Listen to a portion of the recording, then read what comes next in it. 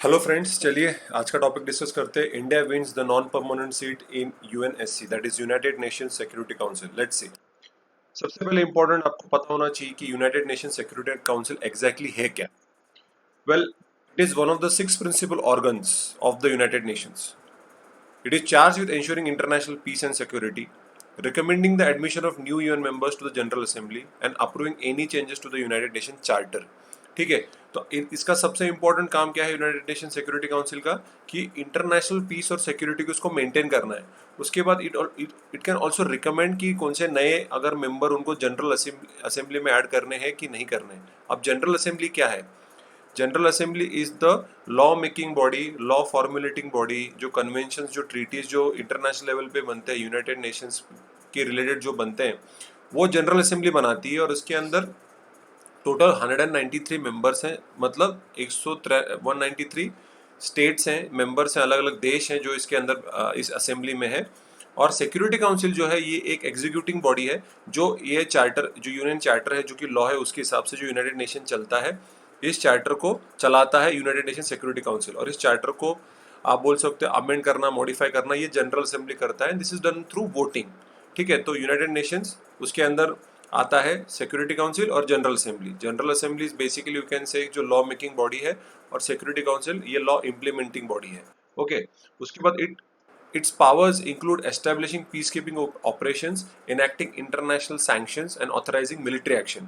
कि सबसे इंपॉर्टेंट जो पीस कीपिंग ऑपरेशंस होते हैं नॉर्मली अफगानिस्तान में, वेस्ट एशिया में, या जहाँ पे हंगर का प्रॉब्लम है, कोई फेमाइंस है, वहाँ पे ये पीस कीपिंग मिशंस भेजते हैं ताकि वहाँ पे लोगों को आराम मिले, ताकि वहाँ के जो एक्टिविटीज़ हो नॉर्मल हो जाए, जहाँ पे पीस मेंटेन रहे, डेमोक्रेसी मेंटेन रहे. नॉर्मली ये इसको प्रमोट करते हैं.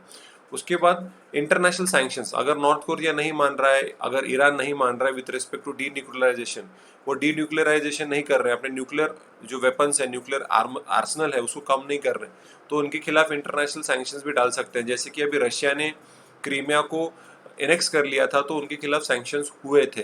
उसी तरीके से बहुत सारे देशों के खिलाफ भी सैंक्शन कर सकते हैं. नॉर्थ कोरिया को भी उन्होंने रोग नेशन करके डिक्लेयर कर दिया है. एंड ऑल्सो मिलिट्री एक्शन को भी ऑथराइज कर सकता है. 2-3 साल पहले जब सीरिया में आईसिस बहुत ज़्यादा एक्टिव हो गया था, तो even United Nations were thinking about taking out military action, लेकिन नहीं लिया गया वो, क्योंकि बहुत सारे देशों ने उसको अपोज किया, और फिर अमेरिका ने उसके उनके ऊपर मिलिट्री अटैक किया था. ओके, तो ये मिलिट्री एक्शन भी ले सकते हैं अगर उनको लगता है कि अगर हम पीसफुल इसको हैंडल नहीं कर पा रहे, तो they can also decide to take a military action. उसके बाद जो ये बॉडी है, it's the only UN body with the authority to issue binding resolutions on member states.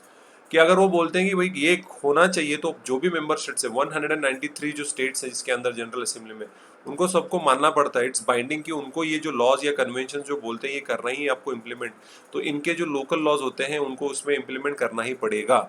ये बाइंडिंग होता है. बाकी किसी भी यूनाइटेड नेशन की जो बॉडी है, अलग अलग जो उसके ऑर्गेनाइजेशन है, उसमें ये बाइंडिंग अथॉरिटी नहीं है, बाइंडिंग रेजोल्यूशंस नहीं है, लेकिन सिर्फ सिक्योरिटी काउंसिल में. तो आप समझ सकते हो कि सिक्योरिटी काउंसिल कितना इंपॉर्टेंट है, क्योंकि it is the only body which has binding resolution की, जो मैंडेटरी आपको फॉलो करना ही पड़ेगा, वरना आपके खिलाफ either it will be international sanctions, military actions भी लिया जा सकता है आपके खिलाफ. उसके बाद the security council was created after world war 2. थोड़ा हिस्ट्री में देखते हैं. वर्ल्ड वॉर 2 के बाद, because league of nations fail हो गया था to maintain world peace. League of nations होने के बावजूद वॉर हुआ, वर्ल्ड वॉर 2 हुआ, तो तब समझ गए कि ये बॉडी फेलियर है, तो इसके लिए सिक्योरिटी काउंसिल को एस्टेब्लिश किया गया.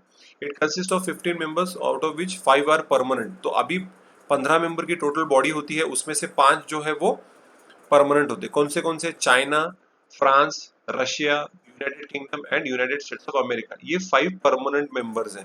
बाकी के सारे 10 नॉन परमानेंट मेंबर्स हैं. और इंडिया ने जो वोट जीता है वो नॉन परमानेंट सीट का जीता गया है, तो वो देखते हैं वो क्या होता है. तो these were the great powers और their successor states that were the victors of World War II. ये जो पांचों देश हैं, ये विक्टर्स थे, ये जीत के बाहर आए वर्ल्ड वॉर 2 में. और जो परमानेंट मेंबर्स है, they have the veto and substantive resolution. इनके पास एक वेटो पावर होती है. जनरल असेंबली में अगर कोई कन्वेंशन को उनको बनाना है, कोई लॉ उनको बनाना है, तो इन पांचों के पांचों में से कम 3 का वेटो होना ही चाहिए, तब जाके वो लॉ आगे बढ़ता है, वो लॉ बनता है, वो कन्वेंशन बनता है, वो ट्रीटी इंप्लीमेंट होती है. अगर तीनों में, अगर इन पांचों का सपोर्ट नहीं होगा, तो नॉर्मली वो कन्वेंशन फेल हो जाता है. तो उनके पास एक वेटो पावर होती है किसी भी रेजोल्यूशन पे वो अपना वोट कर सकते हैं। तो ये वीटो पावर इन 5 के पास होती है, वो जो बाकी के जो 10 मेंबर्स हैं नॉन परमानेंट, उनके पास ये वीटो पावर नहीं होती है। इनके पास ऊपर ये 5 का फाइनल डिसीजन होता है कि भाई कौन सा नया मेंबर ऐड करना है, कोई नया नॉमिनी ऐड करना है फॉर सेक्रेटरी जनरल, किसको सेक्रेटरी जनरल बनाना है, किसको मेंबर स्टेट बनाना है।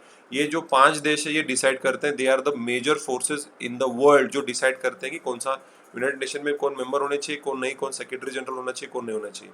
और जो रिमेनिंग 10 मेंबर्स हैं जिसमें India is one of them, they are elected on regional basis. तो अभी एशिया, साउथ एशिया की बात करोगे तो उसमें से इंडिया आएगा, लैटिन अमेरिका से कोई और आएगा, अफ्रीकन कॉन्टिनेंट से कोई और आएगा, राइट। तो ये रीजनल बेसिस पे 2 साल के लिए इलेक्ट होता है। तो अभी इंडिया जो इलेक्ट हुआ है as a non permanent member, हम 2 साल के लिए हुए हैं, और पिछले बार भी हम ही सिलेक्ट हुए थे, इस बार भी हम ही सिलेक्ट हुए हैं। इसकी वजह से this is a very good sign where people are supporting India and looking at India as a leader in Asia. Okay. ये जो प्रेसिडेंसी होती है रोटेट करती है मंथली अमंग इट्स मेंबर्स, कि अगर 10 मेंबर था हर मंथ, इस बार इंडिया अगर मेंबर अगर उसका प्रेसिडेंट है 10 मेंबर्स का, उसके बाद जो दूसरा देश सपोज मैक्सिको है, आयरलैंड है, कनाडा है, मतलब जो भी जो बाकी के जो 9 होंगे, मंथली बेसिस पे इनकी प्रेसिडेंसी रोटेट होते रहती है। ठीक है। तो फैक्ट्स क्या है, India secured the seat with 184 votes out of 193। तो जनरल असेंबली में मैंने जैसे कहा 193 मेंबर्स है, उसमें से हमें 184 वोट्स मिले हैं। तो आप समझ सकते हो कि हमको आउटराइट विक्ट्री मिली हुई। तो ये दिखता है कि इंडिया को एक वर्ल्ड लीडर करके अब लोग देखने लग चुके हैं एशियन रीजन में एटलीस्ट। ओके। उसके बाद मेक्सिको, नॉर्वे और Ireland, they were the other elected non permanent members. ठीक है, मेक्सिको, नॉर्वे, आयरलैंड कहाँ कहाँ से, Mexico in Latin America, Norway and Ireland emerge as victorious in the western Europe and other group seat. Okay, तो western Europe and other group की जो seat है उसमें से नॉर्वे और आयरलैंड ये सिलेक्ट हुए हैं। कनाडा हार गया क्योंकि कनाडा, नॉर्वे और आयरलैंड के बीच में फाइट थी, तो नॉर्वे आयरलैंड हुआ, कनाडा हार गया, उसको इनफ वोट्स नहीं मिले। और अफ्रीका में केनिया और डिजिबूती ये दोनों लड़ रहे थे अफ्रीकन रीजन के जगह से, लेकिन दोनों में से किसी को भी 2/3 मेजोरिटी नहीं मिली। इसके लिए उनको फिर से उनके ऊपर वोटिंग होगी अफ्रीकन कॉन्टिनेंट पे। तो आप समझ सकते हो कि 2/3 चाहिए। तो हम तो यहाँ पे 184 2/3 से, मतलब हम ऑलमोस्ट 90% के ऊपर हमारी वोटिंग हुई है हमारे फेवर में। लेकिन केनिया डिजिबूती में 2/3 वोटिंग कोई भी नहीं जीत पाया, इसके लिए उससे फिर से वोटिंग होगी। उसके बाद अभी नॉन परमानेंट मेंबर होने के बाद इंडिया ने क्या करना चाहिए। तो हर साल जब भी 2 साल बाद कभी भी जब इंडिया सेलेक्ट होता है तो उनका जो क्राइटेरियाज होते हैं, उनके जो हाईलाइट करने के पॉइंट्स होते हैं वो डिस्कस करते हैं कि एक बार आप नॉन परमानेंट मेंबर हो जाते हो तो at least you have something some role in your specific region, और आप एक इंटरनेशनल पॉलिटिक्स में इम्पैक्ट कर सकते हो। तो इंडिया क्या कर सकता है, India should highlight its commitment to multilateralism and reforms.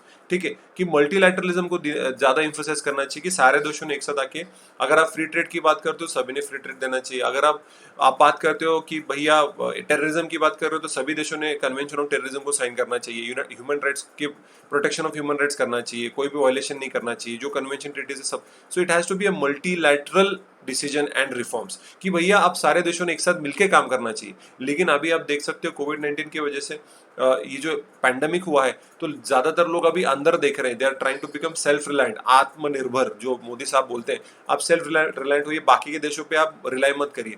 तो अब एक तरफ आप मल्टीलैटरलिज्म बात तो कर रहे हैं जो कि सही है in future point of view, क्योंकि ग्लोबलाइजेशन में ऐसा होता है कि अगर बायलैटरल रिलेशन होता है, बायलैटरल में तो सिर्फ दो देशों के बीच में कोई ट्रीटी साइन होती है, फॉर एग्जांपल चाइना और मलेशिया ले लेते हैं। अब चाइना इतना पावरफुल देश है कि जो पॉलिसी बनती है तो वो थोड़ा सा बार्गेनिंग पावर चाइना की ज्यादा है, क्योंकि चाइना इतना बड़ा देश है, इतना बड़ा सुपर पावर है कि मलेशिया मान लेता है 2-3 चीजों को, ठीक है भाई चलेगा, इट्स ओके। तो चाइना हैज दैट अथॉरिटी। कभी कभी अब अगर चाइना इंडिया को, तो इंडिया थोड़ा बहुत तो अपोज कर सकता है, लेकिन आपको पता है कि चाइना को बार्गेन करना बहुत मुश्किल है चाइना के साथ, बिकॉज उसकी इतनी माइट है, पॉलिटिकल और इकोनॉमिक माइट है, कि हम कहीं ना कहीं कॉम्प्रोमाइज कर देते हैं। क्योंकि जो देश है Malaysia, Singapore, even including countries like India, हमें एफडीआई की बहुत जरूरत है हमारे इंफ्रास्ट्रक्चर डेवलपमेंट के लिए। स्पेसिफिकली अगर इंडिया की बात करेंगे तो मैन्युफैक्चरिंग सेक्टर में तो पैसे की जरूरत है, तो हम 2-3 चीजों को मान जाते हैं, हम कॉम्प्रोमाइज कर लेते हैं। लेकिन जब मल्टीलैटरल होता है तो हर एक देश का अपना एक ओपिनियन होता है, और उसके बाद जो ट्रीटी बनती है वो थोड़ी बोल सकते हैं यूनिफॉर्म, इक्वली इक्विटी होती है सब देशों में, कि सब देशों को थोड़ा ना थोड़ा कुछ ना कुछ तो मिलता है। ओके। उसके बाद India should highlight it's demand for transparency in mandates for UN peace keeping missions. जैसे मैंने बोला कि security council peace keeping missions में अपने सोल्जर्स को, मिलिट्री को भेजता है प्रोटेक्ट करने के लिए, लेकिन इसमें ट्रांसपेरेंसी होनी चाहिए। बहुत बार ऐसा होता है कि जो पीस कीपिंग मिशन जाते हैं तो इसके अंदर arms and ammunition, drug trafficking, ये सब कुछ होता है। वहाँ के जो लोकल लोग होते हैं उनको जान जाती है। जैसे अफगानिस्तान में जो पीस कीपिंग मिशन है, अफगानिस्तान के लोग खुश नहीं है, क्योंकि उनका क्या मानना है कि ये जो पीस कीपिंग मिशन के नाम के नीचे you are trafficking arms and ammunition, आप आर्म्स एम्यूनेशन बेच रहे हो, टेररिस्ट को भी बेच रहे हो, मिलिट्री को भी बेच रहे हो, दोनों तरफ से आप बिजनेस कर रहे हो, तो उसमें कोई ट्रांसपेरेंसी नहीं है। लोगों को पता नहीं चल रहा है कि पीस कीपिंग कर रहे हैं या यहाँ पे हमको मारने के लिए है या कोई बिजनेस करने के लिए है। तो there has to be more transparency and India is also pushing for the comprehensive convention on international terrorism, क्योंकि इंडिया हो, पाकिस्तान हो, कोई भी देश हो आज के देश में, वेस्ट एशिया हो जाए, दे आर वो टेररिज्म का शिकार हो चुके हैं। इसकी वजह से इंडिया प्रपोज कर रहा है कि इस कन्वेंशन को सारे देशों ने एक्सेप्ट कर लेना चाहिए and also it is requiring for reforms expansion and reforms of security council. उनका ये मानना है कि जो 5 देश है परमानेंट मेंबर जो है, अब वो सारे देश के पॉलिटिक्स को रिप्रेजेंट नहीं करते। उनका ओवरऑल जीडीपी भी पूरे दुनिया से बहुत कम हो चुका है, उनका इन्फ्लुएंस भी कम हो चुका है। उसी के अंदर आप देखोगे तो यूएस, चाइना और रशिया तीनों ऐसे देश है कि जो एक दूसरे के साथ उनका नहीं जमता है। इन यूएस रशिया नहीं जम रहा है, यूएस चाइना, अभी ट्रम्प साहब तो डायरेक्टली बोल रहे कि एंटी चाइना मूवमेंट चालू कर दी उन्होंने। तो इसी के इनके अंदर भी यूनिफॉर्मिटी नहीं है। तो उनका ये मानना है कि ना countries like India, Brazil, Japan, Australia, ये जो देश है, जो उभरते देश हैं, जो डेवलप हो रहे हैं, ये भी बहुत इकोनॉमिकली स्ट्रांग हो चुके हैं, पॉलिटिकली स्ट्रांग हो चुके हैं। तो अब ये सिक्योरिटी काउंसिल का 5 से एटलीस्ट 8 या 7 मेंबर्स हो जाना चाहिए, ताकि उनके पास भी वेटो पावर आए और उस हिसाब से लॉज बन सके, और it would have a impact on the whole international political geopolitics. समझ रहे हो? तो अगर और इंडिया को मेंबर बनना है, और इंडिया को सपोर्ट करने के लिए बहुत सारे देश है। अभी आप देख सकते हो कि 184 countries have supported India out of 193 to become a non permanent member. तो उसमें से कई ऐसे ऐसे ऐसे देश है जो कि चाहते हैं कि यूएन सिक्योरिटी काउंसिल एक्सपांड हो, उसमें चेंजेस हो और इंडिया उसका एक मेंबर बने। तो उसके लिए वो बोल रहे हैं। And again emphasis on the new orientation for a reform multilateral system. उसको नॉर्म्स करके एक शॉर्टकट है, तो एग्जाम में अगर आता है नॉर्म्स का फुल फॉर्म क्या है, new orientation for a reform multilateral system. इसका मतलब क्या, जैसे मैंने बोला, मल्टीलैटरलिज्म को प्रमोट कीजिए, ज्यादा देशों को इन्वॉल्व करिए, सिक्योरिटी काउंसिल को एक्सपांड कीजिए, जनरल असेंबली में भी ज्यादा लोगों को अथॉरिटी पावर दीजिए, और जो सेक्रेटरी जनरल अपॉइंट होता है उसको सिर्फ 5 ही देश डिसाइड कर रहे हैं, चाइना, रशिया, जो मैंने आपको बताया, यही देश डिसाइड करते हैं, यूके, कि भैया सेक्रेटरी जनरल कौन होता है। नॉर्मली क्या होता है, इन 5 देशों में से कोई तो एक सेक्रेटरी जनरल बनता है, तो चाइनीज होता है, या तो कभी इंडियन इंडिविजुअल सेक्रेटरी जनरल बना है, कभी सुना है आप लोगों ने? नहीं। तो उन्होंने यही बोलना है कि now it's a time to change. अभी जब हम नॉन परमानेंट मेंबर बन चुके हैं, तो ये बहुत सही वक्त है अगले 2 सालों में कि हम प्रेशराइज करें और सिक्योरिटी काउंसिल में रिफॉर्म करें। और कोविड-19 के पैंडेमिक के लॉकडाउन की वजह से तो ये क्लियरली हो चुका है कि अभी आपको नए लीडर्स की जरूरत है, और definitely India has come out as a leader in the international geopolitics to control pandemics like कोविड-19 एंड ऑल्सो टू बी, क्या बोल, इसके साथ हम मेडिकल ह्यूमैनिटेरियन एड भी कर रहे हैं। जो गरीब देश हैं उनको भी हम प्रोवाइड कर रहे हैं, नेपाल हो जाए, श्रीलंका हो जाए, भूटान हो जाए, इवन पाकिस्तान हो जाए, इन लोगों को अमेरिका को हम दे रहे हैं मेडिसिन और मेडिकल हेल्थ केयर हम प्रोवाइड कर रहे हैं। तो that is a sign that India is emerging as a super power, और एटलीस्ट इट हैज इमर्ज्ड, कि अभी लोगों को पता चल गया कि ये इंडिया है, ये नया इंडिया है, and it is a leader, it's no more a follower of anybody. ठीक है? So I hope you like the video. Please आप सब्सक्राइब करिए, लाइक करिए, कमेंट करिए, अपने दोस्तों में शेयर करिए। आपका कोई भी डाउट होगा with respect to current affairs, with respect to any competitive exams, आप कमेंट सेक्शन में पूछ सकते हैं। I hope you like the video. Professor Aditya Kedari signing out. Thank you.